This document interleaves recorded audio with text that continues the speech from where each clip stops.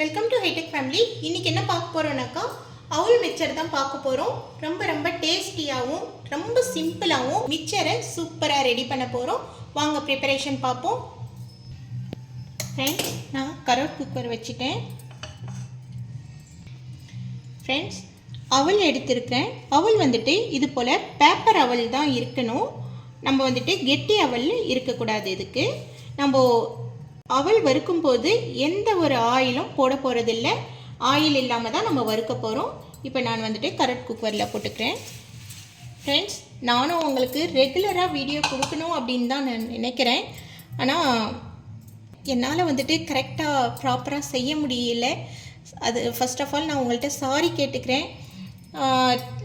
தொடர்ச்சியாக video கொடுக்கணுன்ற interest planning எல்லாமே இருக்குது. பட் ஆனால் என்னால் ப்ராப்பராக பண்ண முடியாதனால நான் உங்கள்கிட்ட சாரி கேட்டுக்கிறேன். ஆனால் என்னை நம்பி ஒரு 42K சப்ஸ்கிரிப்ஷன் என்னை நம்பி இருந்துகிட்டு இருக்கீங்க. கண்டிப்பாக நான் அதுக்கான நல்ல வீடியோஸை நான் கண்டிப்பாக கொடுப்பேன். இப்போ நம்ம இதை பொறுமையாக மீடியமில் வச்சு தான் நம்ம வறுக்கணும். 2 ஸ்பூன் நீங்கள் கையில் வச்சுட்டு இது போல் லேசாக வறுத்துக்கோங்க. இதை போட்டு நம்ம அழுத்தம் கொடுக்கக்கூடாது. நம்ம இப்படி லேசாக தான் இப்படி வறுக்கணும். ஒரு 4-5 மினிட்ஸ் எடுக்கும். பொறுமையாக தான் நம்ம வறுக்கணும். இது எந்த ஸ்டேஜில் நம்ம இறக்கலான்றது நான் சொல்கிறேன் நான் உங்களுக்கு. ஃப்ரெண்ட்ஸ், நான் லாஸ்ட் வரைக்குமே ஏதோ ஒரு டிப்ஸை கொடுத்துட்டு இருப்பேன். கண்டிப்பாக லாஸ்ட் வரைக்கும் ஸ்கிப் பண்ணாமல் பாருங்கள். அப்போ தான் அந்த டிப்ஸு ஏதோ ஒரு வகையில் உங்களுக்கு யூஸ்ஃபுல்லாக இருக்கலாம். கண்டிப்பாக மிஸ் பண்ணாமல் பாருங்கள். இப்போ உங்களுக்கு நல்ல ஒரு ஃப்ளேவரும் வர ஆரம்பிக்கும். இது வறுபட பாருங்கள். நீங்கள் ஞாபகத்தில் வச்சுக்கணும், கண்டிப்பாக இது போல் தான் நீங்கள் இதை ஃப்ரை பண்ணணும். இல்லைன்னா ஃபுல்லாக உடைஞ்சி தூளாகிடும். அதனால தான் இது போல் ஒரு 2 ஸ்பூனாக வச்சுக்கிட்டு நீங்கள் செய்யுங்க. பாருங்கள், இப்போ நல்லா வறுபட ஆரம்பிச்சிடுச்சு. நம்ம போட்ட அளவை விட இந்த அவல் சுருங்க ஆரம்பிக்கும். சுருங்க ஆரம்பித்ததுன்னா அதுவுமே உங்களுக்கு பெர்ஃபெக்டான ஒரு இது. பாருங்கள், இந்த மாதிரி கிறிஸ்பினஸ் இருக்கும். நல்லா கிறிஸ்பியாக ஆகிடுச்சு. நான் இப்போது இறக்கிட்டேன். நான் இதை பவுலில் ட்ரான்ஸ்ஃபர் பண்ணி வச்சுக்கிறேன். ஃப்ரெண்ட்ஸ், இப்போ தான் நம்ம ஆயில் யூஸ் பண்ண போகிறோம். ஒரு 4 ஸ்பூன் கிட்ட நான் இதில் ஆயில் ஊற்றிக்கிறேன். ஃப்ரெண்ட்ஸ், நான் இப்போது வேர்க்கடலையை போட்டுக்கிறேன். பச்சை வேர்க்கடலை தான் இது. இதை போட்டு நம்ம பொறுமையாக வறுத்துக்குவோம். நான் வேர்க்கடலைக்கு மட்டும் இவ்வளோ ஆயில் போட்டேன்னு நினைக்காதீங்க. நம்ம இதுலேயே தான் நம்ம எல்லாமே வறுக்க போகிறோம்.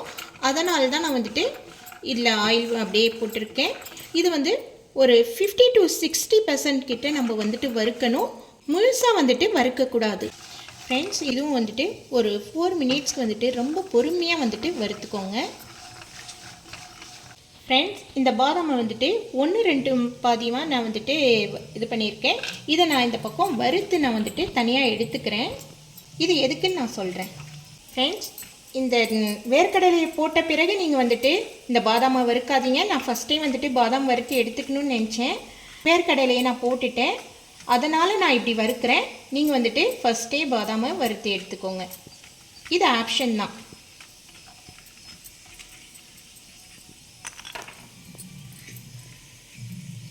இந்த அளவுக்கு வேர்க்கடலை வறுபட்டுருச்சுனாக்கா போதும்.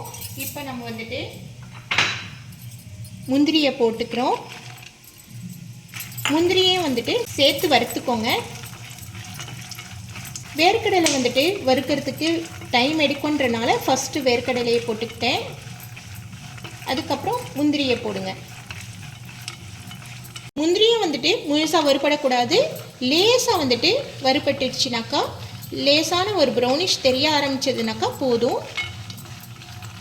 வேர்க்கடலை 1 கப் போட்டேன். முந்திரி 1/2 கப்பாக போட்டுக்கிட்டேன். பொட்டுக்கடலை அதுக்கும் குறைவாக போட்டிருக்கேன். உங்களுக்கு 1/2 கப் வேணும்னா 1/2 கப் போட்டுக்கலாம் நீங்கள். ஃப்ரெண்ட்ஸ், ட்ரை கோகனட் இருந்துச்சுனாக்கா இந்த ட்ரை கோகனட் இந்த ஸ்டேஜில் நீங்கள் சேர்த்துக்கலாம். இப்போ என்கிட்ட ட்ரை கோகனட் இல்லைன்றனால நான் சேர்க்கலை. இப்போ இந்த ஸ்டேஜில் நான் உலர்ந்த திராட்சை எடுத்திருக்கிறேன். நான் கருப்பு ட்ரை கிரேப்ஸ் எடுத்திருக்கேன். நீங்கள் வந்துட்டு சாதாரணமாக கிஸ்மிஸ் பழம் இருக்கு இல்லையா, அதையே நீங்கள் வந்துட்டு சேர்த்துக்கலாம். இதுவும் வந்துட்டு ஒரு நிமிஷத்துக்கு வறுத்துக்கோங்க.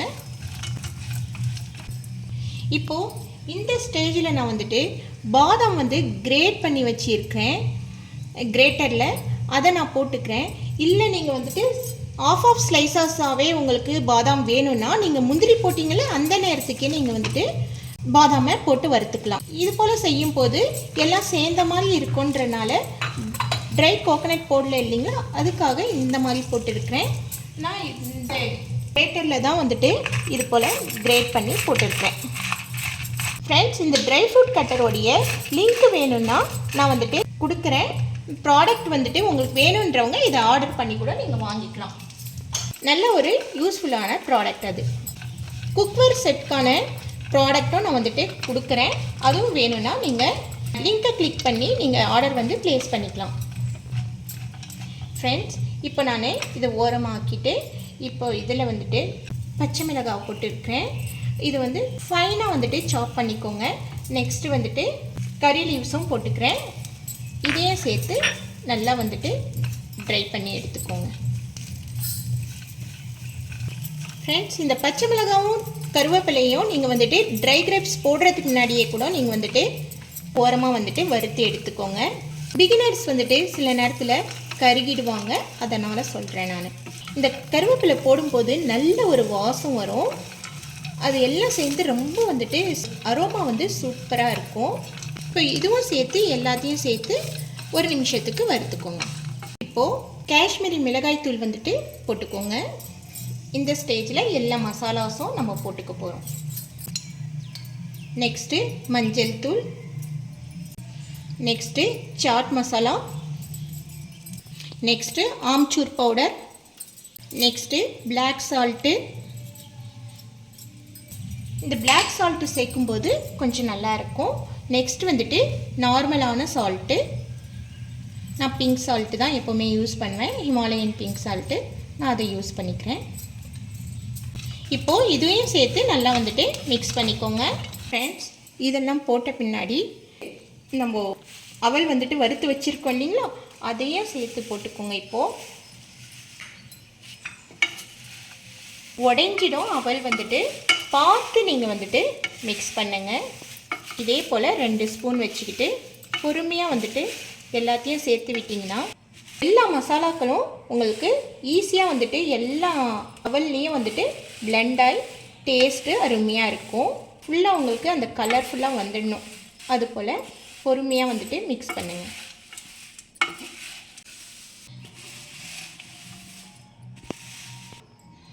ஃப்ரெண்ட்ஸ், இந்த ஸ்டேஜில் நான் வந்துட்டு பவுடர் சுகரை வந்துட்டு மிக்ஸ் பண்ணுறேன். இந்த பவுடர் சுகர் வந்துட்டு உங்களுக்கு ஸ்வீட்டாலாம் கொடுக்காது. அந்த புளிப்புத்தன்மை, காரத்தன்மை, ஸ்வீட்னஸ் எல்லாமே சேர்ந்து டேஸ்ட் வந்து சூப்பராக இருக்கும் உங்களுக்கு. ஒரு 2 ஸ்பூன் அளவுக்கு பவுடர் சுகரை மிக்ஸ் பண்ணி அதையும் சேர்த்து நல்லா மிக்ஸ் பண்ணிக்கோங்க. ஃப்ரெண்ட்ஸ், நான் அடுப்பை ஆஃப் பண்ணிட்டேன். ஃப்ரெண்ட்ஸ், எல்லாமே கலந்து விடுறதுக்காக தான் நான் வச்சுருக்கேனே தவிர அடுப்பை எல்லாமே ஆஃப் பண்ணியாச்சு.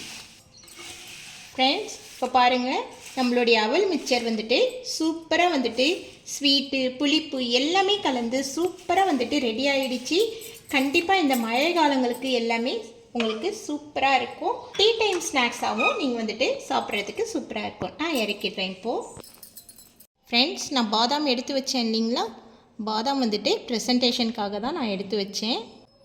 பாருங்கள், நம்மளுடைய சூப்பரான அவல் மிக்சர் சூப்பராக ரெடி ஆகிடுச்சு. ஒரு 4 ஸ்பூன் ஆயிலில் வந்துட்டு டேஸ்டியாக நம்ம வந்துட்டு அவல் மிக்சரை ரெடி பண்ணிடலாம். இதை நீங்களும் வந்துட்டு ட்ரை பண்ணி பாருங்கள். ட்ரை பண்ணி பார்த்து எப்படி வந்தது அப்படின்னு சொல்லிட்டு கமெண்ட்ஸ் பண்ணுங்கள், லைக் பண்ணுங்கள், ஷேர் பண்ணுங்கள், சப்ஸ்கிரைப் பண்ணி நோட்டிஃபிகேஷன் பட்டனை ப்ரெஸ் பண்ணுங்கள். ஓகே ஃப்ரெண்ட்ஸ், நான் அடுத்த வீடியோவில் நான் சந்திக்கிறேன். பாய், தேங்க்யூ.